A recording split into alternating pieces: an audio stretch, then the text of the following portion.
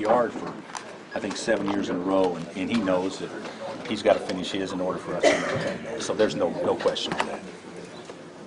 And he's staying. I think our banquet is.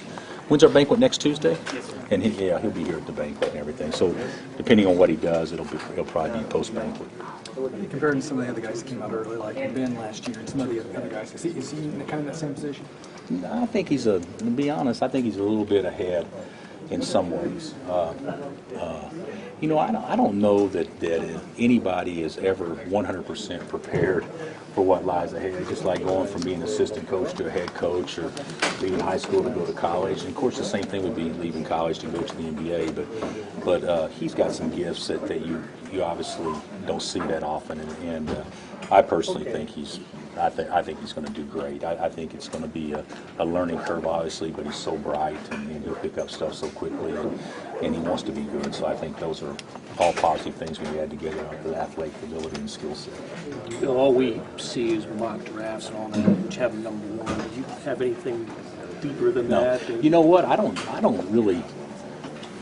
They've kind of had guys flipped all year long, if I'm not mistaken, between Andrew and Jabari and obviously Joel. And so, I don't know how all that is going to play out. To me, so much depends on who picks one and if they have a need.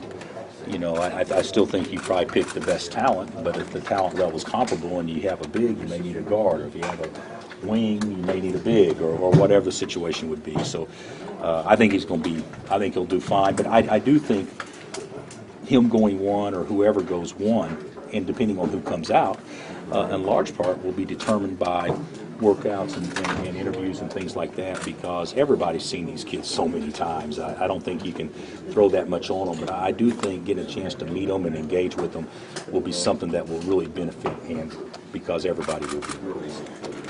Where's Joel in the process? I think Joel is gathering information, but not so much information on where he's going to be picked, because it's going to be the same thing. He's going to go high, and the decision that he needs to make is what's best for him, over time, whether to stay another year or whether to go. And certainly I could see him doing either one of them.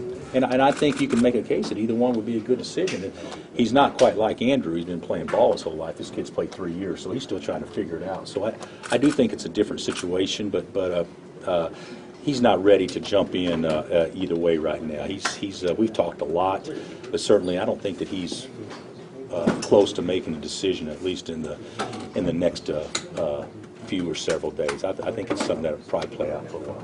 So those reports last week jumped the gun earlier this week. Oh yeah, the report saying that he was going. Yeah, that was a. Now that didn't mean he wasn't. He couldn't still do that, but that certainly that was a gun jumping or whatever you want to call it, and certainly upset him, because somebody that was a source obviously didn't have good information. When do you leave for the Final Four? I leave on Thursday. Meeting? I could come back Thursday night. I would. But meetings start Thursday afternoon, so I'll be there for the whole weekend. All right, Coach. All right, guys. Thank you.